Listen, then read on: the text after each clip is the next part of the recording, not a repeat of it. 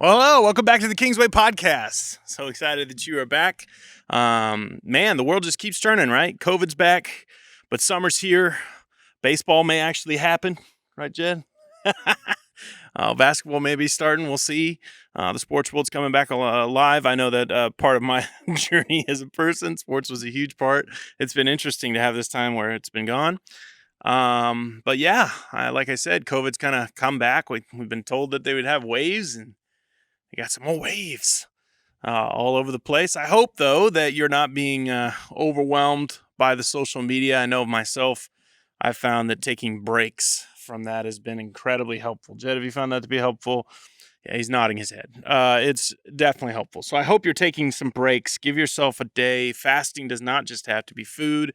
It can be fasting from all different things. Maybe you just need to take a week-long fast from Facebook and just let your kind of heart and your mind kind of get back to a different place that maybe it's navigated from. Well, I want to be honest with you. I want to kind of have like a frank conversation or kind of an open conversation about kind of where we're at and the issues that are going on. Something that kind of sparked this is we're fully reopening here as a church, Kingsway, July 5th.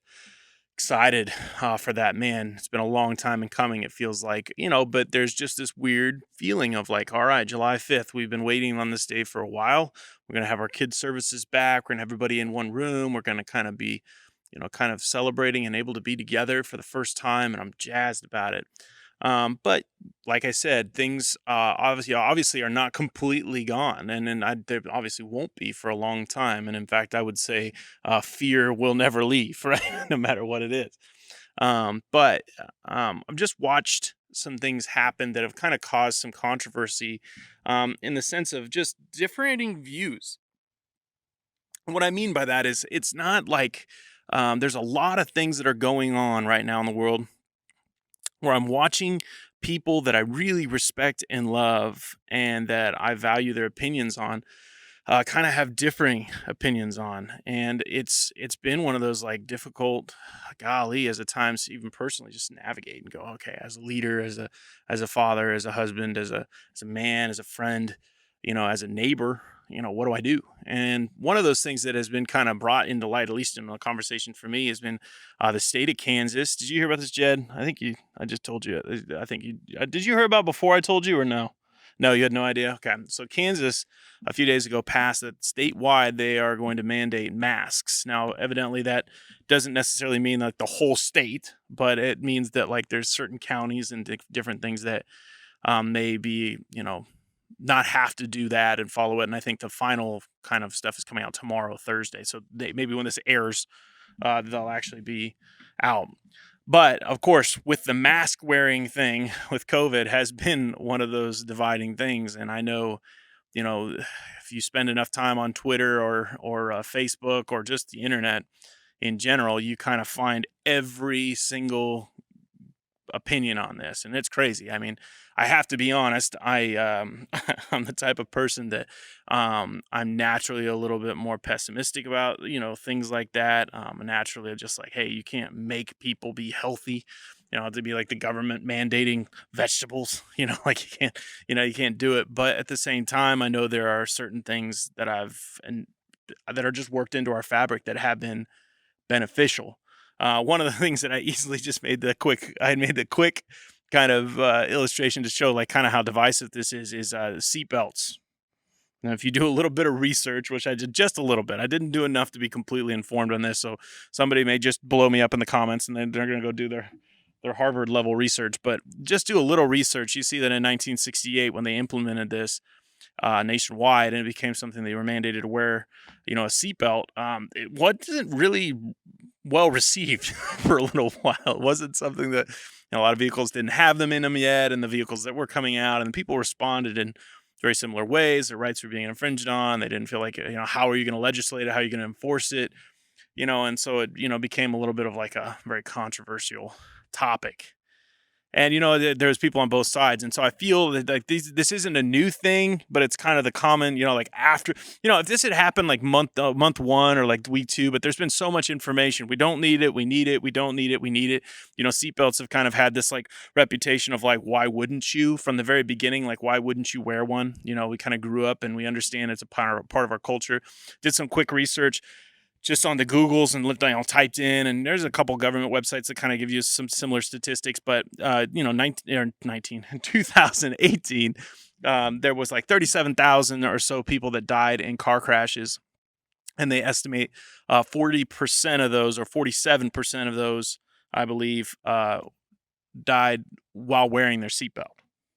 So even in the midst of like knowing that it's probably really healthy to wear your seatbelt, I think they're finding that even that research, or that statistic, I should say, kind of points out that there's still things that the seatbelt has limits to providing full safety. And so I think with the masks, that's kind of the same topic, right? Where everybody's kind of like, well, the cloth mask, does it work? Do we need these, whatever it is, the N95? Is that what the surgical mask is? Jed, do you remember? I think it's the N95. He's shaking like he doesn't remember. I'm just pretending like he's confidently over there nodding like what you're talking. Okay, yeah, he knows what he's talking about. N95 surgical masks that actually have like, I think it's the aerosol level of protection. It's not just like the droplets, but it's the aerosol level of protection. Those are actually the only ones that provide a certain level of certainty. That's a good sentence. But so I get why everybody is divided and frustrated, in the sense of like, you're watching someone wear a cloth mask and you're touching your face 40 times. You're watching someone wear a pair of rubber gloves and they're, using them for everything. They pick their nose with it and then they shake your hand and you're like, wow, that was helpful. But I also think there's a part of it that we can't say that, just because a seatbelt doesn't provide 100% of fatality safety, it doesn't mean that it's not a valid thing that can be helpful and useful. And one of the things that I learned is that one of the reasons why safety in seatbelts nowadays is actually more important, and you can do a little research on this, is that if someone in the car is unbelted when they're in a car accident, the likelihood that they're going to hurt someone else in the car is high, because their body is actually thrown around in the car and it hits other people. And so injuries can be caused not only by you or to you, but by you, when you're in a car with other people and you don't wear a seatbelt, which actually was one of the most convicting things to me, to wear a seatbelt. Because I have to admit, Jed, as much as I'm talking about this, I have to tell you. I mean, I told him some of this before, and he's like, yeah, you need to tell him that. I'm like, I've had 3 seatbelt tickets in my lifetime, and my mom has a personal vendetta that every time we get in the car, she looks at me and she's like, you wearing your seatbelt? Because I am terrible at it. I'm just not a natural seatbelt wearer. And so, I'm saying all this, but telling you, there's tension in me. There's just tension in me. To go the other direction, I don't own a mask at this point. I haven't worn one.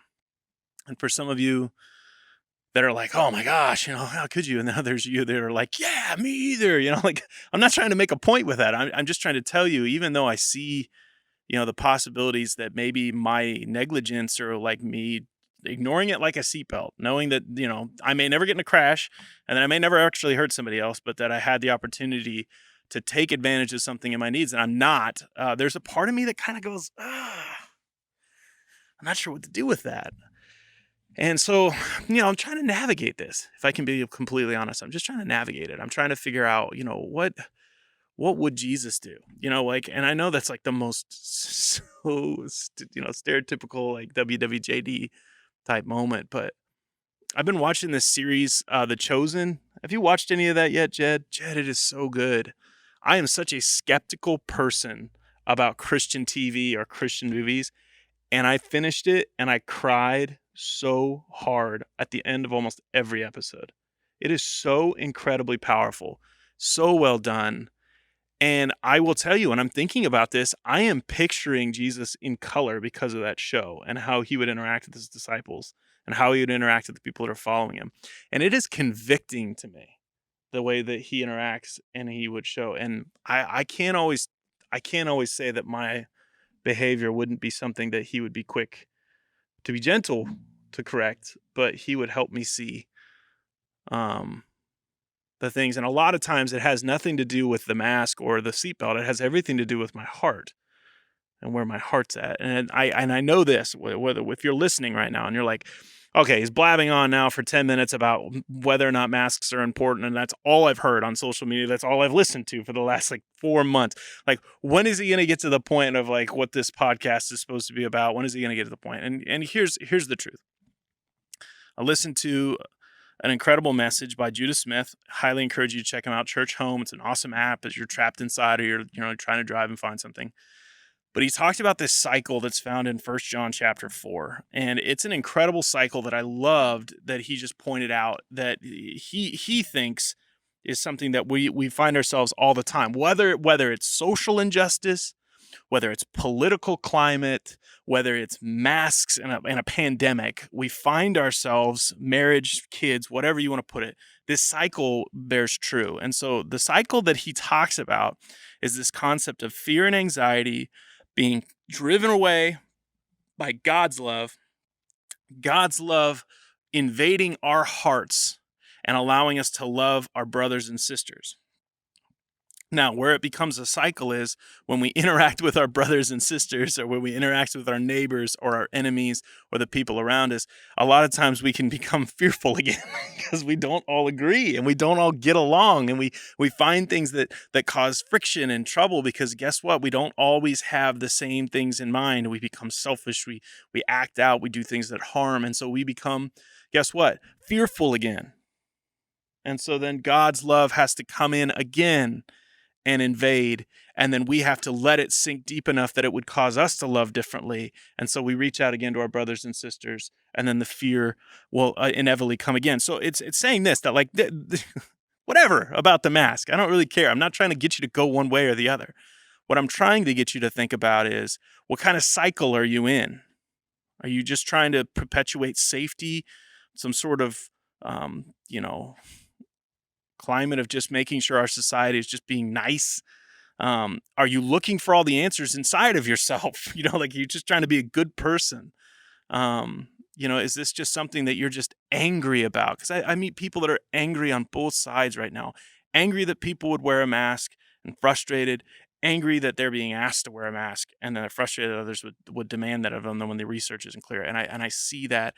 And I just don't want us to be trapped in a cycle. I don't want myself to be trapped in that cycle. I want to be free of that. And so when I read chapter 4 of 1 John, verses 16 through 21, I just want you to hear this cycle that I just talked about, this fear, and then God's love casting it out, and then it coming in and invading our lives so that we could love like that. And then we reflect that onto our neighbors and our friends and our brothers and sisters. And then that fear inevitably comes back because this world is broken, and that's what happens.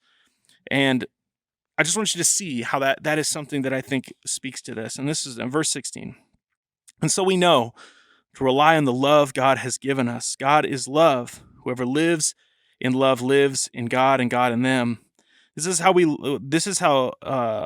how love is made complete among us, so that we will have confidence on the days of judgment when we are set in front of God and he asks those questions, just like that chosen. That's what that chosen thing just comes. If I was sitting in front of Jesus and he was talking to me like that. In this world, we will be like Jesus. There is no fear in love, but perfect love drives out fear, because fear has to do with punishment. The one who fears is made perfect in love. We love because he first loved us. Whoever claims to love God who hates his brother and sister is a liar. Whoever does not love their brother and sister whom they have seen cannot love God who they have not seen. He has given us this command: anyone who loves God must also love their brother and sister. And so when I read that, I see that cycle so clearly and how easily I can get caught up. And when I get to fear, I think that's where we have to be careful, because I think we can go to fear, and then we can go to analyzing the facts, and then we can go to our own solutions, and then we can go to safety and security, and then we have fear that comes in and threatens again, and we can kind of do our own thing. We kind of navigate that in our own way, whichever was given that maybe by our parents, by the culture, by the environment, by our insecurities, by our own brokenness, by our own desires. But I'm telling you, the gospel is clear in this. Fear needs to be taken to Jesus. There is nothing nothing will stand of that fear when it is put in perspective of the perfect love of the cross of Christ. And when that cross gets a hold of that fear, it casts it out. It cannot stay. There is nothing that remains. And then it leaves only what fear was wanting you to be so unsure of, so unclear of, so completely amiss of, and that is that you are loved by God, and that He loved you first, and that He chose you, and that He believes in you, and that you're His. And when you have that inside of you, that security and that fear leaves, you live differently, you act differently, you treat people around you differently. And what all John's trying to point out is when you don't live that way and you let fear reign, you are not acting as God's ambassador, God's reflection, God's intended creation. You are broken. You are not a part of His plan. And so, whatever we're talking about, right, Jed? I mean, well, I just put this in perspective. This is convicting for me. I have 3 boys. I'm married. I'm a part of a church that we haven't all been together since March, right? I'm a part of a movement that I feel like has sometimes just been grabbed and politicized and made something that it doesn't necessarily always mean well. And I get frustrated because I feel like I lose focus on what's most important. I lose focus on what I should be putting first. And I will tell you this right now, anytime I let fear, anxiety, or my worries take root, and it may look like anger, it may look like lashing out, it may look like standing back and holding up, it may look like me just shutting down. Whenever I let fear take root, I have forgotten the love of Jesus. I have. And anytime I let that come back in, it reignites me, it excites me, it gives me passion and purpose because I want others to experience that. There has never been a larger need for people to be sure that God loves them than right now. And if we're going to break this fear cycle, if we're going to see it happen in our own hearts and in the people around us, we have to start by letting God chase it away, by letting God have it. And maybe it's going to be surrendering to a seatbelt. Or maybe it's going to be trusting Him in your anxieties and your worries, that no mask can protect you from the thing that He can. Whatever it is, either side of this, trusting and putting your security in His love is what's going to break the cycle. It's what's going to give you the love to reflect it to others. It's what's going to give you the love to be who He's called you to be and to call others into Him, as John would want you to. Well, hey, I hope this has been a beneficial conversation. Again, just trying to talk through, obviously some things, and again, give you space to learn if you'll give me space to learn. I know as we navigate this, just trying to be lovers of God and lovers of people and learning how to do it, right? Full life. Thanks so much for tuning in. Make sure to subscribe if you want to keep up to date with any other things going on. We put a podcast out every Thursday, and then every Sunday at 10:15 we'll be live streaming our service. Hit the notification bell so you don't miss it. Thanks so much for tuning in. Have a great and glorious day in the Lord. See you later.